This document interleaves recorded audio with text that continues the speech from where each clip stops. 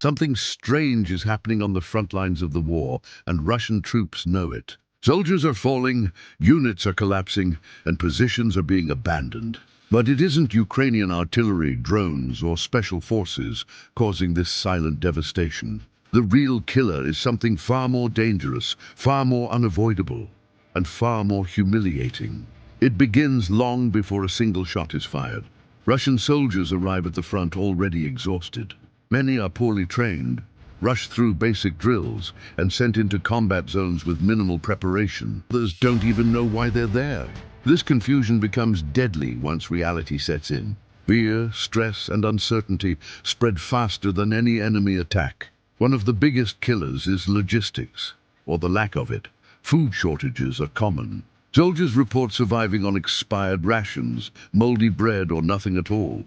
Hunger weakens the body, slows reaction time, and destroys morale. A hungry army does not fight well. In winter, this problem becomes fatal. Without proper calories, the body simply can't generate enough heat to survive freezing nights in trenches. Then there's the cold itself. Russian troops are no strangers to harsh weather, but this war has exposed a brutal truth. Modern Russian logistics are not built for prolonged frontline survival. Many soldiers lack proper winter gear. Boots fall apart, uniforms are thin, gloves are missing, frostbite becomes common. Fingers, toes, even entire limbs are lost. Not to combat, but to neglect. Cold doesn't announce itself like a missile strike. It slowly shuts the body down. Disease is another silent enemy. Overcrowded trenches, poor sanitation, and contaminated water lead to infections spreading rapidly. Respiratory illnesses, skin diseases, and gastrointestinal infections weaken entire units. Medical evacuation is often delayed or denied. A simple infection becomes lethal when treatment never arrives. But perhaps the most dangerous killer of all is psychological. Morale inside many Russian units has collapsed. Soldiers are isolated from accurate information. They hear conflicting reports, exaggerated victories, and obvious lies. When reality doesn't match the narrative, trust evaporates. Commanders are feared, not respected. Orders feel suicidal. Soldiers begin to believe they are disposable. This leads to desertions, self-inflicted injuries, refusal to advance. Some troops deliberately damage equipment just to avoid being sent forward. Others surrender at the first opportunity, not because they are weak, but because they see no purpose in dying for nothing. Corruption makes everything worse. Supplies vanish before reaching the front. Fuel is sold on the black market. Protective gear is stolen and returned. Vehicles arrive broken and unprepared. Officers enrich themselves while soldiers pay the price. On the battlefield, corruption kills as effectively as any weapon. Communication failures are another hidden threat. Outdated radios, unsecured lines, and equipment shortages leave units blind and deaf. Soldiers don't know where friendly forces are. They don't know when to advance or retreat. Confusion leads to panic. Panic leads to disaster, even without enemy contact. And then there's leadership. Many frontline commanders lack combat experience. Decisions are made from far behind the lines by officers who never see the conditions their soldiers endure. Orders are rigid, unrealistic, and unforgiving. When plans fail, blame flows downward. Soldiers feel trapped between enemy fire and their own command.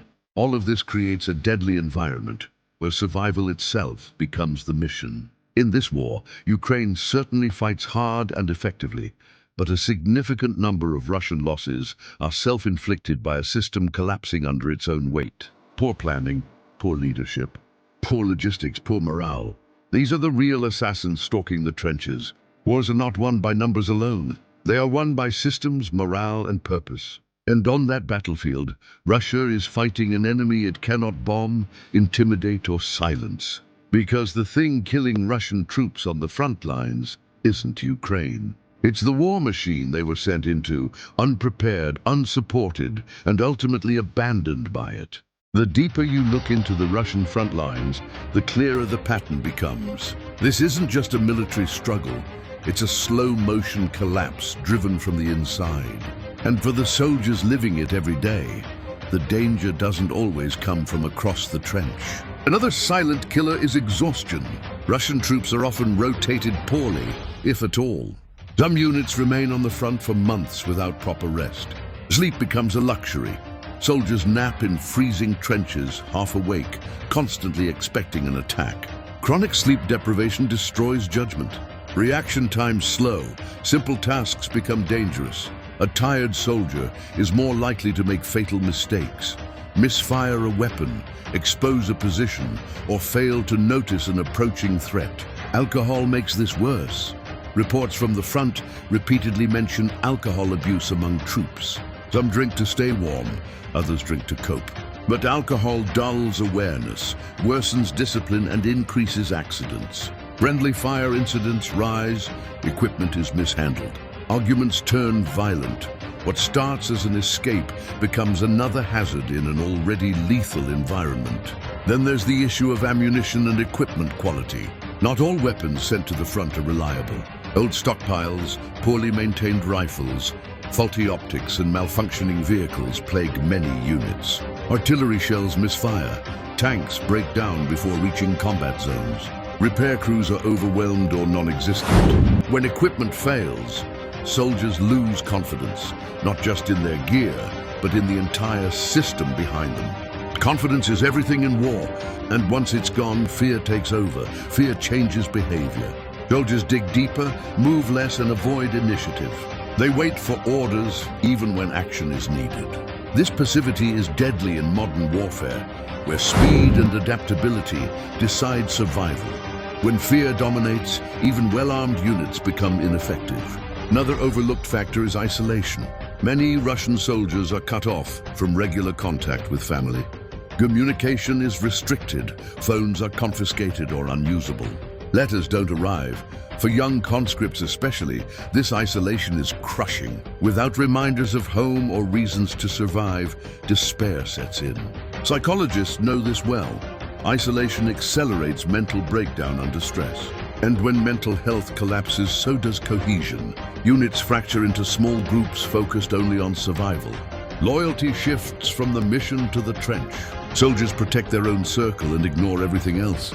This breakdown in unit cohesion weakens entire defensive lines. Positions are abandoned not because they're attacked, but because no one believes holding them matters anymore. Seasons turn roads into traps. Did soldiers wait hours or days for evacuation? In summer, heat exhaustion and dehydration replace frostbite as primary threats. Clean water becomes scarce. Heat stroke claims lives quietly without explosions or headlines. Even paperwork kills, bureaucracy delays reinforcements, medical discharges, and rotations.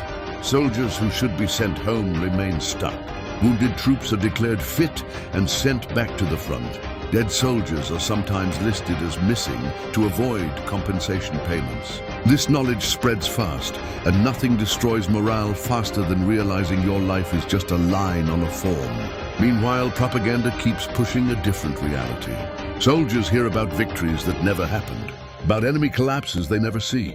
When truth and messaging collide, cynicism replaces belief. Orders are followed mechanically, not willingly. A soldier who doesn't believe is already halfway defeated. At this point, survival becomes individual, not collective. Men stop asking who will win the war. They ask if they'll survive the week. They avoid risk. They freeze under pressure. They hope the war ends before their luck runs out. This mindset is incompatible with sustained offensive or defensive operations. Empires don't always lose wars because of stronger enemies. Sometimes they lose because their own systems rot from the inside. Because soldiers stop believing. Because leadership refuses to adapt. Because reality is ignored until it becomes unavoidable. On the Russian front lines, this rot is visible in every abandoned vehicle, every deserted trench, every exhausted soldier staring into nothing. Ukraine may fire the weapons, but the real damage is being done by neglect, corruption, exhaustion, and broken trust. And as long as those forces remain unchecked, they will continue to claim lives quietly, relentlessly, and without mercy.